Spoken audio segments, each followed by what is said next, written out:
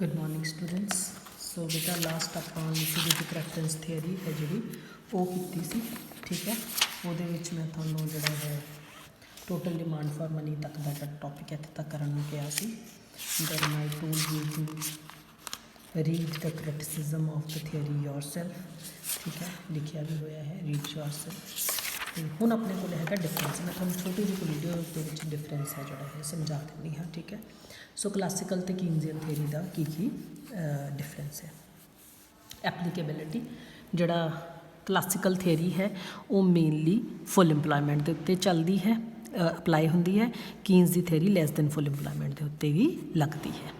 Then classical theory दे विच rate of interest demand for and supply of capital ते based है, ठीक है। मीनस ये theory real factor like saving margin productivity के उत्ते डिपेंड करती है। ऑन दी अदर हैंड जी कीन्स की थेरी है वो डिमांड फॉर मनी ते सप्लाई ऑफ मनी के उत्ते चलती है। It मीनस classical theory real theory है, कीनजियन थेरी मॉनेटरी थेरी है। सेविंग एंड इन्वेस्टमेंट क्लासिकल कहते कि सेविंग एंड इन्वेस्टमेंट चेंज है रेट ऑफ इंटरस्ट नाल लियांदी जा सकती है। कीन्स कहता है कि जी इक्वैलिटी सेविंग तो इन्वेस्टमेंट की है वो चेंज इन इनकम के नाल लियांदी जा सकती है, ना कि change in rate of interest नाल। होर्डिंग क्लासिकल थियरी ने कोई इस चीज़ बारे नहीं दसिया कि जो लोग पैसे को इकट्ठा करके रखते हैं उदों उहदा रेट ऑफ इंटरस्ट पर की इफैक्ट पैंदा है, जो कि कीन्स ने दसिया है। इन्वेस्टमेंट क्लासिकल इकोनॉमिस्ट कहते हैं कि लो रेट ऑफ इंटरस्ट है जोड़ा उहदे नाल इन्वेस्टमेंट इनकरेज होंदी है एंड हाई रेट नाल डिस्करेज होंदी है। तो कीन्स के अकॉर्डिंगली इन्वेस्टमेंट है जी वो रेट ऑफ इंटरस्ट पर ही नहीं डिपेंड करती, रादर MAC के उत्ते भी इफैक्ट करती है। इट मीनस कीन्स ने MAC की गल भी की।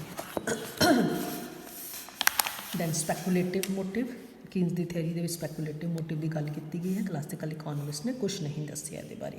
क्लासिकल इकोनॉमिस्ट ने मनी का जोड़ा एको ही फंक्शन दसिया है मीडियम ऑफ एक्सचेंज, जो कि कीन्स ने मीडियम ऑफ एक्सचेंज की बजाय स्टोर ऑफ वैल्यू फंक्शन भी दसिया है।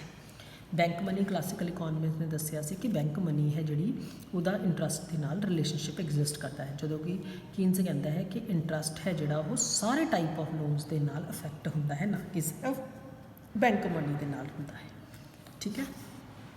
नैक्सट है बेटा लोनेबल फंड्स ते लिक्विडिटी प्रैफरेंस थियरी का डिफरेंस। जस्ट अ मिनट बेटा,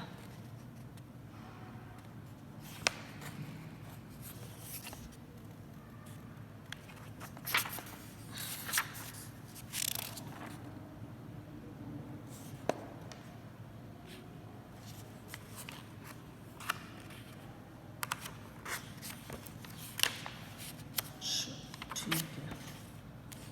सो पहला आप क्लासिकल तो कीन्स का किया, हुण आप लोनेबल फंड्स तो कीन्स का करांगे। लिक्विडिटी प्रैफरेंस को तुसीं कीन्स थियरी भी कह सकते हो, ठीक है। हुण अगे स्टॉक एंड फ्लो मनी नूं जिहड़ा है वो स्टॉक मन्निया गया है लिक्विडिटी प्रैफरेंस थियरी दे विच, जदों कि लोनेबल्स दे विच इहनूं फ्लो मन्निया गया है। It means according to Keynes supply of money constant रहिंदी है at a given of time. Accordingly rate of interest है जोड़ा एक पॉइंट ऑफ टाइम पर डिटरमिन होंदा है। On the other hand loanable funds theory कहती है कि क्वांटिटी ऑफ मनी के विच चेंजिस आंदियां जांदियां रहिंदियां ने, तो यही चेंजिस रेट ऑफ इंटरस्ट करता है। कीन्स ने इंटरस्ट में एक प्योरली एक मॉनेटरी फिनोमिना दसिया है। वो कहता है कि इंटरस्ट है जोड़ा मॉनेटरी फॉर्म फैक्टर्स के नाल इन्फ्लुएंस होता है, जो कि लोनेबल फंड्स के थियरी कहती है दोनों फैक्टर्स नाल इफेक्ट होता है। Static and dynamic liquidity preference theory मतलब कीन्स की थियरी है जी स्टैटिक थियरी है। ये सानू नहीं दस ये सानू सिर्फ यही दसदी है कि शॉर्टर पीरियड के असीं किद्दां इक्विलिब्रियम लिया सकते हैं, ठीक है। On the other hand loanable funds theory dynamic theory है। ये सानू दसदी है कि किद्दां इंटरस्ट ते जिहड़ी इनकम है उहदे नाल इक्विलिब्रियम लिआंदा जा सकता है। दैन सेविंग फंक्शन कीन्स कहते हैं कि सेविंग इनकम का फंक्शन है, जो कि न्यू क्लासिकल थियरी या लोनेबल फंड्स थियरी कहती है सेविंग रेट ऑफ इंटरस्ट का फंक्शन है।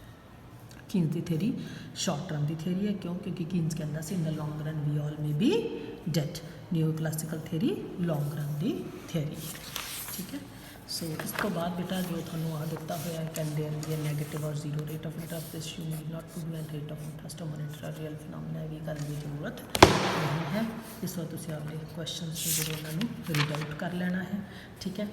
सो नैक्सट चैप्टर प्रॉफिट वाला that we will do in the next video. So till then, goodbye, have a nice time.